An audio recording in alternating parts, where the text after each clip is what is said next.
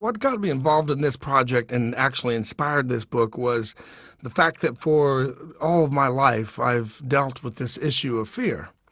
After the events of September 11 of 2001, I think the entire world kind of came into a new level of fear. So many people with trepidation and fear of the uncertain, the unknown, things that happen in our past, what's going to happen tomorrow. All of these questions were being thrown at me as a spiritual leader. I get these kinds of questions a lot. And so I began to develop a series of talks, some messages that I was going to give at the congregation that I lead here in Houston, Texas. And I just was, spending time writing my thoughts and thinking even about my experiences and things that have happened to me over the years and how I've been able to defeat this, terrible thing of fear in my own life. And I prepared those talks and spoke them over a 5-week period of time. And they were a huge, huge success with the congregation.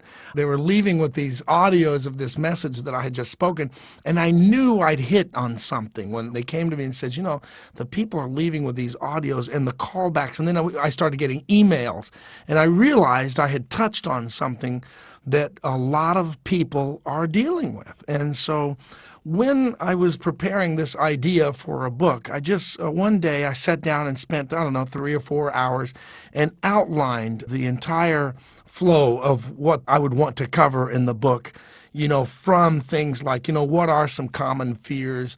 What about the fear of tomorrow? What about the fear of mistakes I've made in the past? What about the fear of God? These kinds of things. So, and that's how this book came about.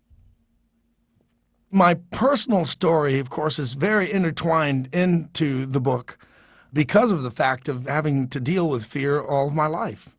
As I was thinking about, different events and different stories, and I would go back to those moments, there were some times as I was just thinking about them to write them in the book, I felt the same tremble again, that desperate kind of feel of, oh man, I remember how terrible that was.